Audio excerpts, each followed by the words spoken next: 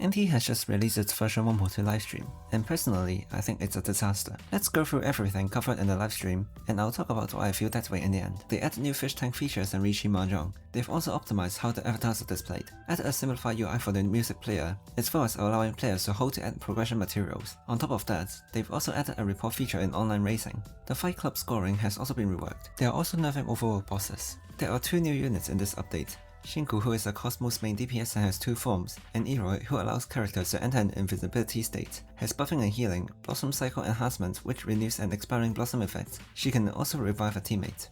The version's main event, 999 Nights, requires players to farm gear by killing monsters and work their way towards being the final boss. There's a way for players to obtain a lot of character outfits from this game mode, and we can even customize the colors. They are also releasing this bike called the Draco that features a fantasy style design and is the only vehicle that can jump.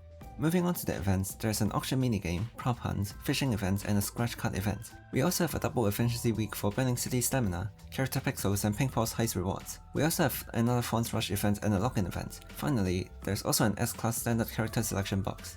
So the livestream seemed fine on the surface, but the developers failed to address any important issues. The server lag from online game modes was not addressed. The responsibility of catching cheaters is being pushed onto players rather than having a better anti-cheat. There's still a lack of map variety in online racing and no expansion in Pink Pulse Heist after 2 updates. Quality of life for Burning City Stamina and Pink Pulse Heist only being temporary for a week only as an event. I think that adding a fish tank feature and additional Mahjong rule set as well as some minor UI changes is not equivalent to meaningful improvements. The fact that the developers said they were listening to player feedback and making meaningful improvements was such a joke to me.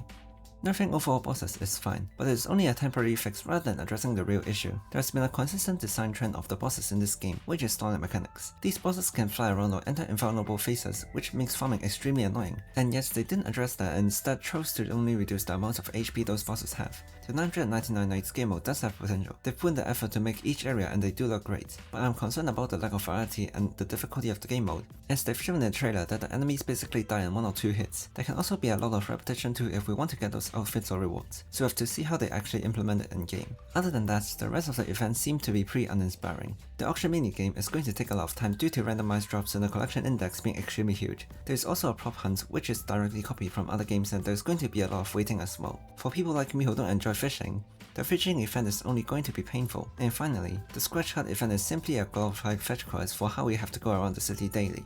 Shinku looks amazing, but Eroi on the other hand looks very lazy. Her kit is stupidly broken as well, meaning that people are still incentivized to pull for her for her strength. Having a revived mechanic and invisibility is going to trivialize the content further as well. On top of that, they are also releasing the Draco, which is the only vehicle in the game that can jump. This is very unhealthy for the game because it invalidates the investments in the previous vehicles way too quickly. That's all from me. What do you think about the livestream? Thanks for watching.